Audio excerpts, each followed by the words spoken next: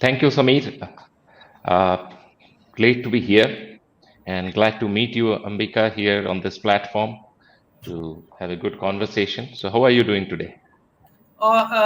Lovely feeling to be here with this audience. Thank you to Sameer, and always a pleasure to be a part of three AI events. I always end up making great connections and meeting peers who are there's so much to learn from. So really lovely to meet you as well, Shubho. Looking forward to this conversation. No, definitely. And speaking of 3AI, this platform I've been associated with for some time, and glad to see this grow so exponentially. And today we have such a large audience, and it makes me curious, nervous, happy, proud, everything all together. Great. No, Yes. I think it's an amazing event, I would say, because both of us are from GCCs, which we are calling as Global Capability Center. And when we look at GCC, especially, I completed 5 years in my current role at Allstate. And if I look at the whole uh, definition of GCCs, because I remember early in the career when they were setting up different GCCs, it used to be called as, where do you work? I work in the back office. And then captive became the more commonly spoken term about GCCs. From there to GIC, and today we are talking of GCCs. The name itself has evolved, and which is nothing but a reflection of how the underlying ecosystem, underlying capabilities, and the strength has evolved over time. I'm sure that you would have also seen, similar, uh, thing in your journey as well with the GCC, right? Yes, and I think the the evolution of the name to more and more, let's say, politically correct or less less differentiating kind of terms. What I am, in fact, it has been the pleasure of my career for me to be able to see that it has gone from being a concern around being more correct, being more respectful, to something where in fact we have moved beyond that to something where it's actually a recognition of capability, it's a recognition of expertise, it's a recognition, particularly the pandemic has removed this brought this realization that geographical location, in some sense, we can be agnostic to it. Work can continue to a large extent, certainly not all the way, but to a large extent we can continue to be very, very productive, innovative, irrespective of the geographical locations.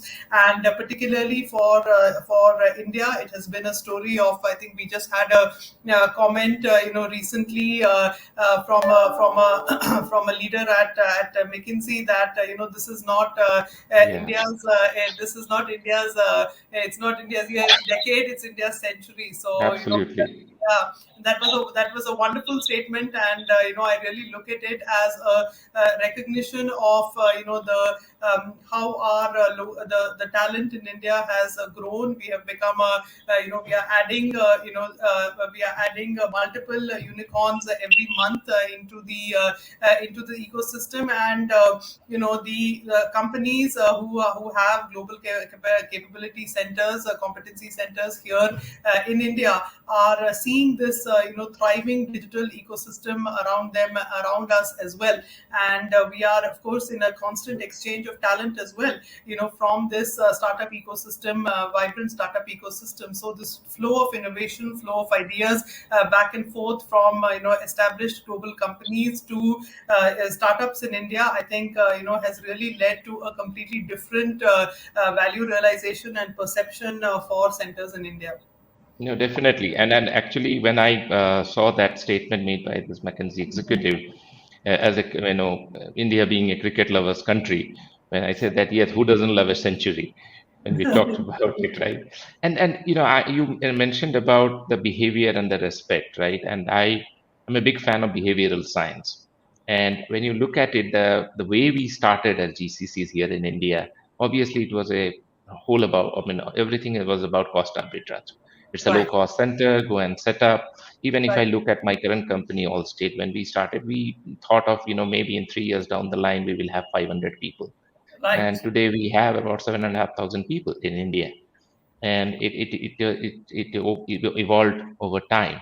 But initial starting position itself on cost obviously creates a, that is the reason I talked about the behavioral science aspect, that it starts with a mindset that it's a low cost area, cheap Yes. labor. Yes. And definitely, I think that GCCs really worked hard and fantastic to Yes. turn that around and going into the next C of this journey, which is the capability, right? Yes. And in the last few years, I would say last 2 to 3 years, I am seeing all GCCs evolving very fast, and Yes. that journey is much faster. The acceleration is much faster, much better today, thanks to the whole ecosystem, both of the startups as well as the governmental support and then the academia and all of that ecosystem. We are moving toward the third C, I would say, which is the creation of value. Yes. So that is really amazing, because from the very specification based and KPI based delivery, today we are all set to take on ownership and going moving towards what we call as an outcome based delivery. Yes. And these journeys through the sea, I would say that if you look at even the people, the roles they were playing, starting from the back office mode, as I was talking about. If I look at the technology piece, we would be delivering made to order or delivering to the order with modules ownership and all. But today, many GCCs or most of the GCCs have evolved to take up engineering and product ownership, Yes. and gradually, I would not say even gradually, I would say that confidence is building much faster Yes. on product and business ownership even, Yes. especially for GCCs like which are multinational. Yes. Of course, I belong to a GCC which is US based. Even there, I Yes. am seeing that.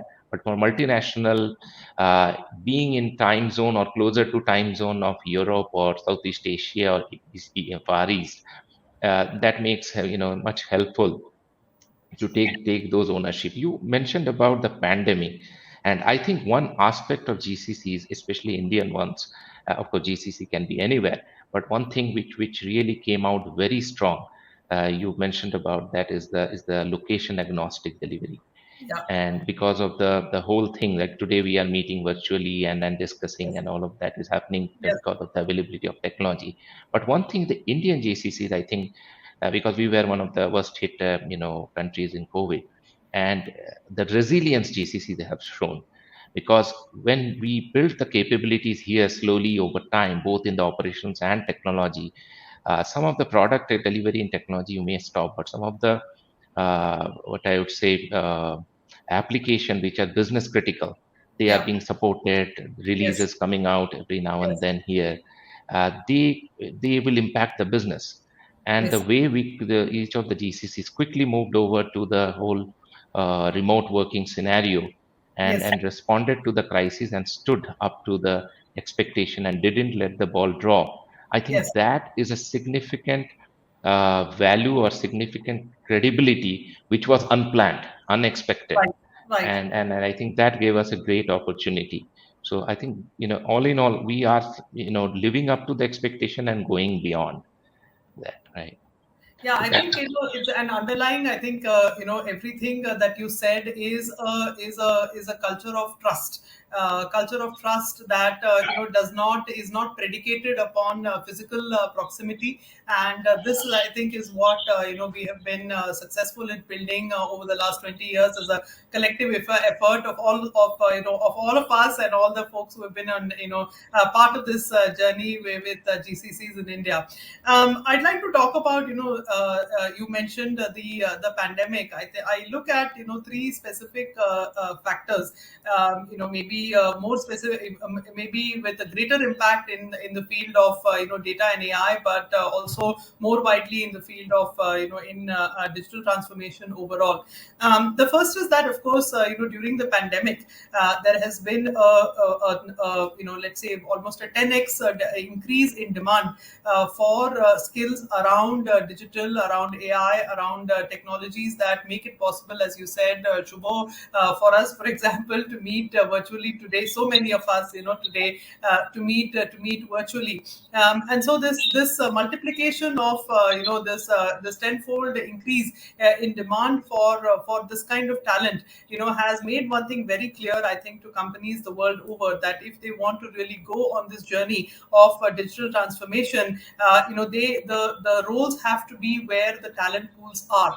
And so we have data scientists in India, of course, but we also have data scientists in the UK, in the US, in France, and so it's a it's this globally distributed kind of teams has become a reflection of we started with cost, but now it has a sort of moved to talent and expertise availability, for companies to really proceed on their journey of digital transformation. And that's not just an India story; it's also a Eastern Europe story. It's a China Yes. story. It's a Southeast Asia story. I think this kind of complete completely open and geography agnostic approach to moving the roles where the talent pools are, as opposed to looking at a cost angle. The second shift, of course, is AI and data as a fields in and of themselves have had in their because they came out of every single step of AI where there was a acceleration, has really been open source. So I really like to think of it as a very open and democratic way that this technology has grown, and it continues to grow today. For example, most of the publications, in fact, come out on archive, which is Yeah. open, and is not gate posted, does not have any membership fee to accept the papers, as opposed to in peer journals. And most of it is then published into libraries in Python, which again is open for anybody. And this is an enormous contributor to why, in fact, the field itself has grown as much as it has. And of course, because of this, the expertise has gotten geographically distributed. So the traditional boundaries that there were around around being physically present in centers of expertise in large cities of the world or in developed countries, that sort of has fallen away, because this expertise is now freely available to anyone who is so motivated, and that person really could come from anywhere around the world. And in India, I think our historical bent that we have had towards STEM education has together with strong focus the society, in our culture on communication, has sort of come together to really make us a hotbed of talent, as far as AI and data science are concerned. So this has been another another development which has sort of distributed the expertise in niche areas, in the hottest skills areas globally. The third aspect, I think, specific to the country, it has really been a pleasure for me specifically, because I started with an academic background, and to see the centers of expertise, academic centers flourishing in the country. So now we have n number of more IITs, we have ICERs, we have more BITS Pilanis, we have smaller institutes like Chennai Mathematical Institute, Indian Institute of Mathematical Absolutely. Sciences, the ISIs. I think all of these have really created a pool of expertise again, that is feeding our our innovation ecosystem, our digital ecosystem, as well as our positioning as a truly a center that can produce value and do research and innovation and technical work really at the highest standards in the world. So I look at these three factors specifically as having been able to lift our positioning from in fact, the cost, once you look at these three, cost becomes it's something that is an incidental benefit, as opposed to the main motivator. And so it's again, I think we have we've been every as they say, every cloud has its silver lining, and the pandemic in some sense has accelerated all of this all No, of this. definitely. No, definitely. I mean, I see it like, first it was a cost, right? The cost arbitrage piece. You go where the cost is low. And now it has become a talent arbitrage. That Yes. wherever is the talent, you go and get that. And then globally, honestly speaking, technology also helped. It has been a great leveler and great enabler both in terms of bringing the teams together. Because in a Zoom call, you are nothing but a DP or a just a video feed. Most of the people use a DP, and everybody has a voice, Yes. and that's a great leveler. And from Yes. that perspective, I think the GCCs also have started, driving a lot of digital transformation charters from here, because one of the interesting things I would like to point out is that, which is not spoken often. Another C or a phrase of its C, I would say the co-location competitiveness. What I mean by that, if you look at any of the GCCs, especially if you are doing a work in AI, analytics, etc., many times earlier, if you talk to a data scientist or an AI professional, many times they would face, because of the geographically dispersed thing and the time zone issues, they don't get access to the business. They don't get access to talking to the business, seeing their models, delivering results and things like that. So there would always be somebody driving out there, and then we are even in the AI world, we are delivering to some specifications. But with the GCCs bringing in both the business work, which is the operations work, and the technology work. So you have the operations, you have the technology piece, that is the applications, IT applications, etc. And then you have the AI and the analytics and those things, which has to tap into both, because the domain piece, the data piece, as well as the compute services piece, everything is typically co-located, unlike the parent country, where you will have a contact center, which is very different, low cost location than a more city centric, the technology or the corporate headquarters, right? And therefore, today an AI professional, a data scientist can actually interact much more effectively sitting here with a maybe a contact center person, if they are looking at, how do we do, voice analytics, or how do we do call center analytics, right? So they get to see the call center instead of the, if they were in the US, they have to make a flight to the contact center to really see that in action, right? But today they can just walk up or down the floors to see that. And I think that collocation competitiveness, many times we are not putting a value to that. And then, honestly speaking, anybody who is trying to predict things, who is trying to find insights out of data, and that data is coming from some business process or other, right? From that perspective, it gives an immense power. And you and I know that AI data science is as much as a technology piece as it is also an art. It is also an art of experimental and wider thinking, right? Blue sky thinking, the art of possible. So from that perspective, that co-location competitiveness is something which I would like to highlight. The other piece which I have realized is that in terms of the maturity curve, we are in a time when, definitely we have established the value in terms of credibility and capability, but we are in a world of continuous collaboration and co-creation. Right. Earlier it was a challenge that, all these discussions would happen in a US or Europe or German time zone, and Indians, or any other GCCs in Southeast Asia, China, or other countries you mentioned about Poland, etc. They would wait for the results of those meetings to be published and told, Yes. right?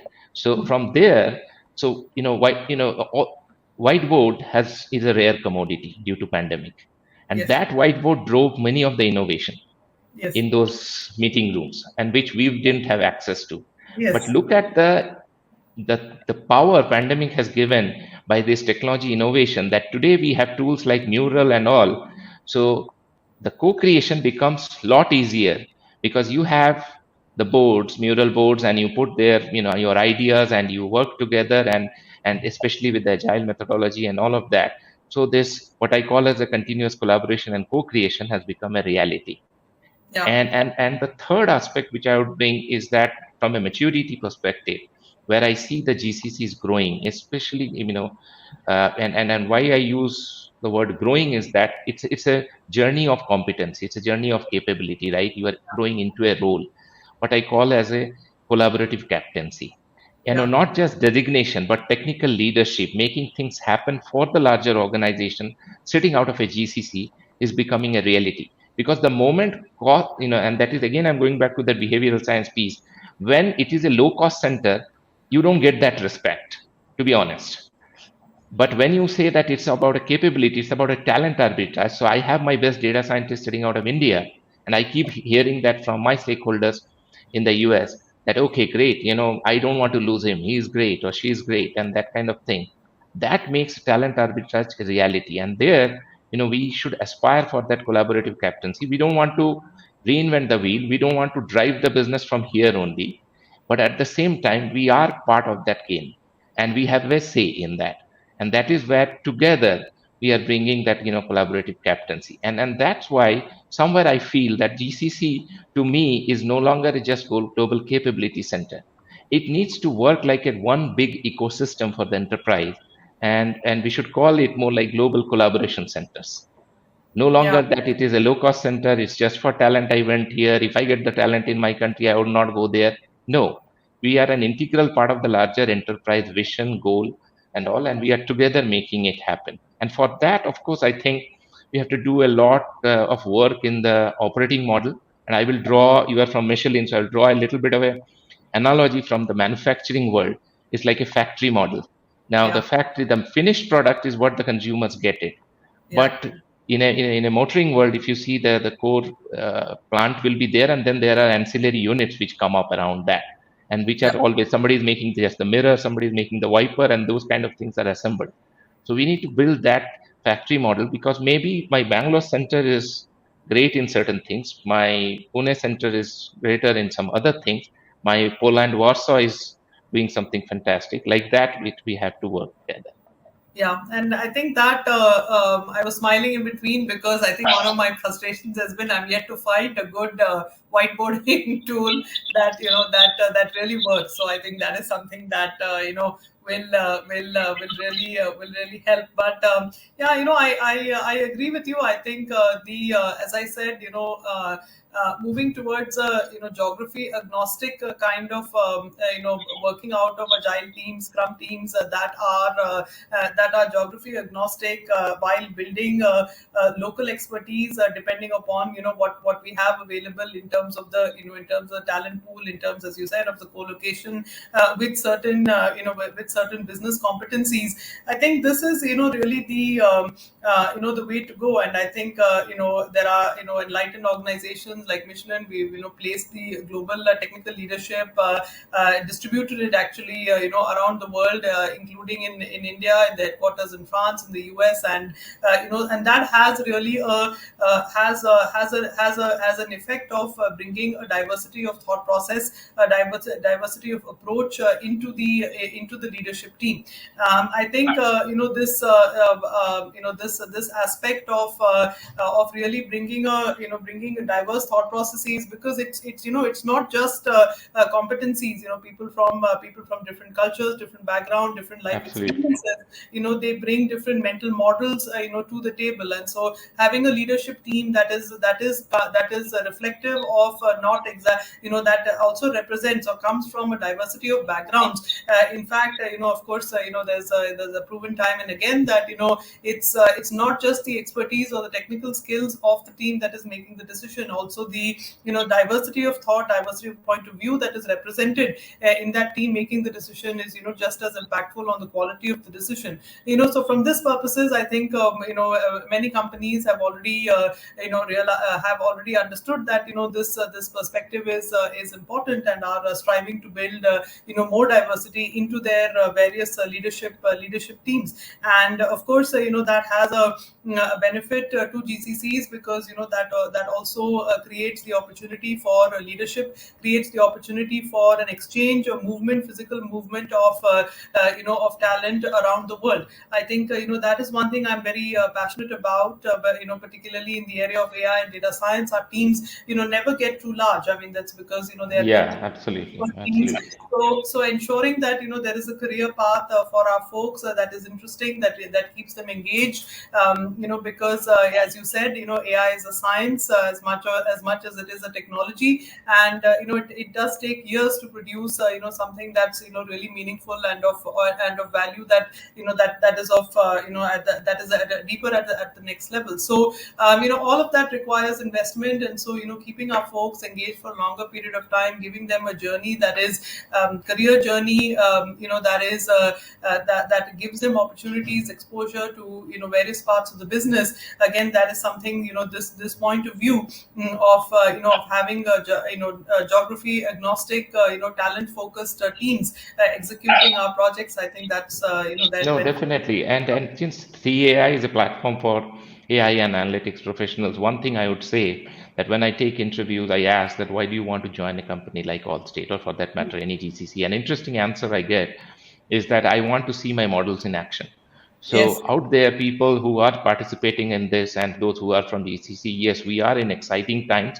When we are sitting out of GCCs, we are impacting the business decisions, business results by our models, by our AI interventions, be it a chatbot, be it a conversational AI, or whatever we are building out of GCCs today, they are impacting the business, and we have really evolved.